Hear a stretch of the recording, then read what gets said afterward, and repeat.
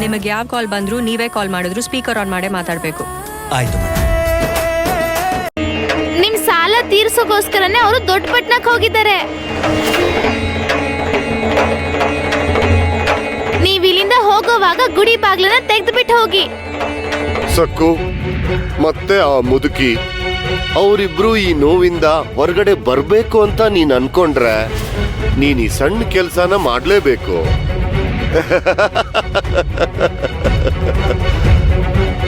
ಗುಡಿ ಬಾಗ್ಲನ್ನ ನಾನ್ ತೆಗಿಬೇಕಾ? ಅದು ಕೂಡ ಪರೀಕ್ಷೆ ಇಲ್ದೇನೆ. ನೀನು ಪರೀಕ್ಷೆಯನ್ನ ಎದುರಿಸಲೇಬೇಕು ಸಕ್ಕು. ಈ ಸಲ ನಿಂಗೆ ಯಾವ ತರದ ಪರೀಕ್ಷೆ ಕೊಡೋದು? ಅತ್ಯಂತ ಕಠಿಣವಾದ ಪರೀಕ್ಷೆ ಕೊಡ್ತೀನಿ. ಆ ಪರೀಕ್ಷೆ ಏನು ಅಂತ ಕೇಳಿದ್ರೆ ಗಡ ಗಡ ನಡಗೋಗ್ತೀಯ. ನಿಂತ್ಕೋ, ಅಲ್ಲೇ ನಿಂತ್ಕೋ. ಸಕ್ಕು, ನೀನ್ ಬಾ, ಈ ಕಡೆ ಬಾ. ನಮಗ್ ಪರೀಕ್ಷೆ ಕೊಡಕ್ಕೆ ನೀನ್ ಯಾರು? ನೀನೊಬ್ಬ ಕ್ರೂರವಾದ ರಾಕ್ಷಸ. ಆ ಪಾಂಡುರಂಗ ನಿನಗ್ ಶಿಕ್ಷೆ ಕೊಡೋದು ಖಚಿತ. ಒಂದ್ ಹೆಜ್ಜೆ ಮುಂದೆ ಇಟ್ಟೆ ಅಂದ್ರೆ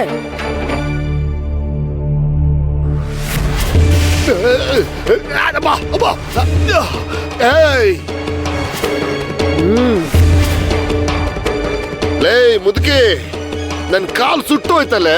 ಸುಟ್ಟು ಹೋಗ್ಲಿ ಬಿಡು, ಚೆನ್ನಾಗ್ ಸುಟ್ಟು ಹೋಗ್ಲಿ. ಈ ಅಮಾಯಿಕೆ ಕೈಲಿ ಮೆಣಸಿನ್ಕಾಯಿ ತಿನ್ಸಿದ್ಯಲ್ಲ, ಅವಳ ಬಾಯಿ ಸುಟ್ಟು ಹೋಗ್ಲಿಲ್ವಾ? ಗೋದ ನಾಲ್ಗೆಗೆ ಬರೆ ಹಾಕಿದ್ದೆ, ಕುತ್ತಿಗೆಗೆ ಮುಳ್ಳಿನ ಹಾರ ಹಾಕಿದ್ದೆ. ಅರ್ಥ ಆಯ್ತಾ ನೋವು ಹೇಗಿರತ್ತೆ ಅಂತ? ಮುದುಕಿ, ನೀನು ನನ್ ಕಾಲ್ ಸುಟ್ಟು ಹೋಗೋ ಹಾಗೆ ಮಾಡಿದೀಯ. ನಾನೀಗ ಹೇಗ್ ನಡೀಲಿ? ನೀನು ನನ್ನನ್ನ ಅನಾವಶ್ಯಕವಾಗಿ ಕೆಣಕ್ಬಿಟ್ಟೆ. ಪ್ರತಿಫಲ ಅನುಭವಿಸ್ತೀಯ. ಬಾಲ ತುಳಿದ ಹಾವಿನ ಮರಿ ತರ ಬುಸುಗುಡ್ತಾ ಇದ್ದೀನಿ.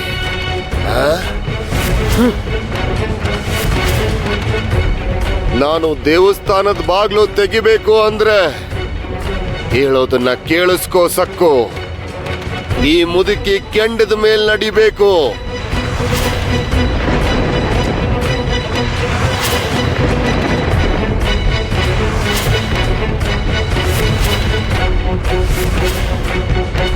ನಾನ್ ಕೊಡ್ತಿರೋ ಪರೀಕ್ಷೆ ಇದೇನೆ. ಸರಿ, ಹೋಗೋ ಹೋಗೋ. ಲೇ ಸುಳ್ಳುಗಾರ, ಪರೀಕ್ಷೆಲ್ ಗೆದ್ರು ನಿನ್ ಮಾತು ಉಳಿಸ್ಕೊಳಲ್ಲ ಅಲ್ವಾ? ಹೋಗಿಲ್ಲಿಂದ ಹೋಗೋ ಹೋಗೋ. ಪರೀಕ್ಷೆ ಕೊಡ್ತೀನಿ ಅಂತ ಇನ್ನೊಂದ್ಸಲ ಇಲ್ಲಿಗೆ ಬರ್ಬೇಡ. ಮರ್ಯಾದೆಯಿಂದ ಆಚೆ ಹೋಗೋ. ನೀನು ಪರೀಕ್ಷೆನ ಎದುರಿಸಲೇಬೇಕು. ಆಗಲ್ಲ ಅಂತ ಏನಾದ್ರೂ ತಿರುಗಿ ಬಿದ್ರೆ ಈ ಮನೆನ ಜಪ್ತಿ ಮಾಡ್ತೀನಿ.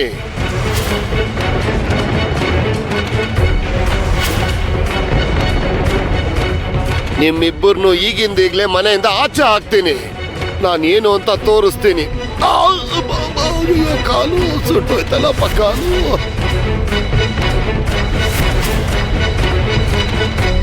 ದಾಮೂರೇ, ನಿಮಗಿದ್ ಗೊತ್ತಾ? ನಮ್ಮ ಉಮಾ ಶಿವಪ್ಪ ಇಬ್ರು ಕ್ಷೇಮವಾಗಿದಾರಂತೆ. ಪತ್ರ ಬರ್ದ್ ಕಳ್ಸಿದಾರೆ. ಏನ್ ಬರ್ದಿದ್ದಾರೆ? ಆದ್ರೂ ಅವ್ರ ಬಗ್ಗೆ ನಮ್ಗ್ಯಾಕೆ? ಹಾಗಲ್ಲ ದಾಮೋರೆ, ಸಾಲ ತೀರ್ಸೋಕೆ ದುಡ್ಡು ಸಂಪಾದನೆ ಮಾಡೋಕೆ ಪಟ್ನಕ್ ಹೋಗಿದ್ದಾರೆ. ಬೇಗ ಯಜಮಾನ್ರ ಸಾಲ ತೀರ್ಸ್ಬಿಡ್ತಾರೆ.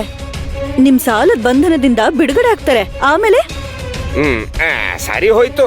100 ಹೊನ್ನು ಸಾಲ ತೀರ್ಸೋದು ಅಂದ್ರೆ ಎಷ್ಟು ಸುಲಭ ಅಂತ ಅನ್ಕೊಂಡಿದೀರಾ? ಅಯ್ಯೋ, ಅದ್ ಹಾಗಲ್ಲ. ಒಂದ್ ವೇಳೆ ದುಡ್ಡು ಸಂಪಾದನೆ ಮಾಡಿ ಯಜಮಾನ್ರ ಸಾಲ ತೀರಿಸ್ಬಿಟ್ರೆ ಆಮೇಲೆ? ನೀ ಒಳ್ಳೆ ಅವ್ರ ಸಾಲ ತೀರ್ಸೋಕಾಗಲ್ಲ.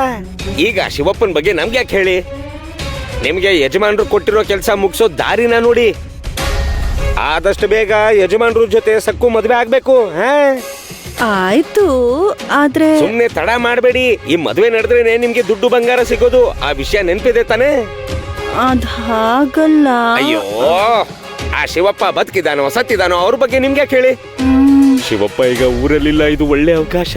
ಇದನ್ನ ಸರಿಯಾಗಿ ಬಳಸ್ಕೊಂಡು ಯಜಮಾನರಿಗೆ ಸಕ್ಕುನ ಕೊಟ್ಟು ಮದುವೆ ಮಾಡಿಸಿ.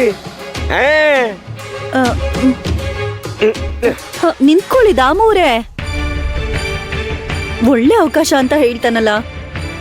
ಈ ಮದ್ವೆ ಮಾಡೋದು ಸಾಲ ತೀರ್ಸೋದಕ್ಕಿಂತ ಕಷ್ಟ. ಉಮಾ ಇಲ್ಲ ಅಂದ್ರೂ ಅಲ್ಲಿ ಆ ಮುದುಕಿ ಇದ್ದಾಳಲ್ಲ. ನಾನ್ ಮದ್ವೆ ಮಾತು ಎತ್ತಿದ್ರೆ ಸಾಕು. ಭದ್ರಕಾಳಿ ತರ ಆಗ್ತಾಳೆ, ಪೊರ್ಕೆ ಪೂಜೆ ಮಾಡ್ತಾಳೆ. ನಾನು ದೇವಸ್ಥಾನದ ಬಾಗ್ಲು ತೆಗಿಬೇಕು ಅಂದ್ರೆ ಹೇಳೋದನ್ನ ಕೇಳಿಸ್ಕೋ ಸಕ್ಕು. ಈ ಮುದುಕಿ ಕೆಂಡದ ಮೇಲೆ ನಡಿಬೇಕು.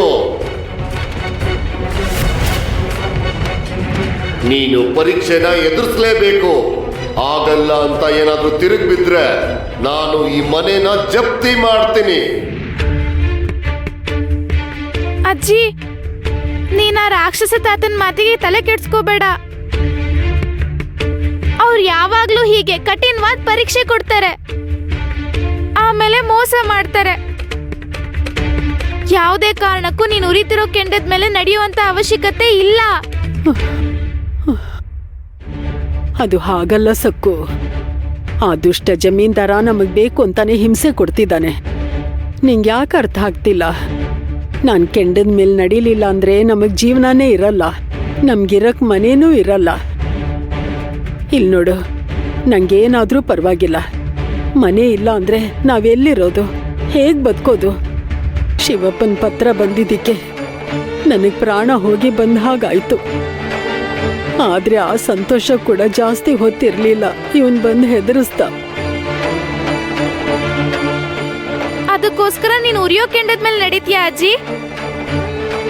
ಇಲ್ಲ ಇಲ್ಲ, ನಾನು ಆ ರೀತಿ ನಡೆಯೋದಕ್ ಬಿಡಲ್ಲ.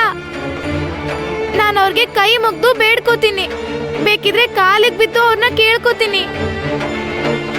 ಆದ್ರೆ ನಿನ್ನ ಮಾತ್ರ ಉರಿಯೋ ಕೆಂಡದ ಮೇಲೆ ನಡೆಯೋಕ್ ಬಿಡಲ್ಲ ಬಿಡಲ್ಲ. ಈಗ್ಲೇ ಹೋಗ್ತೀನಿ. ಬೇಡ ಸಕ್ಕು, ಬೇಡಮ್ಮ ಸಕ್ಕು, ಹೋಗ್ಬೇಡ. ನೀನ್ ಜಮೀನ್ದಾರ್ ಮನೆಗೆ ಹೋಗ್ಬೇಡ.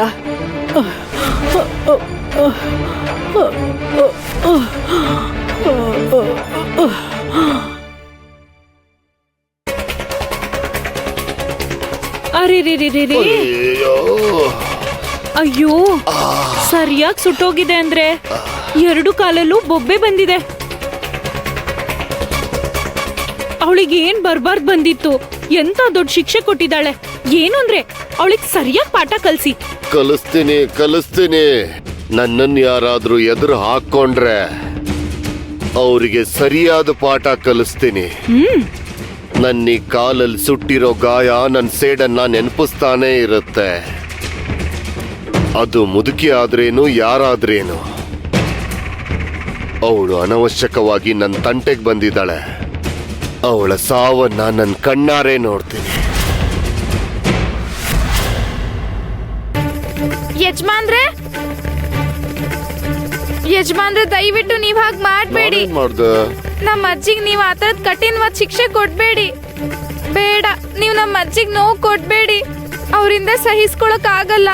ಆಯ್ತು, ನಾನ್ ನಿನ್ ಮಾತಿಗೆ ಯಾವತ್ತಿಲ್ಲ ಅಂದಿದ್ದೀನಿ ಸಕ್ಕು.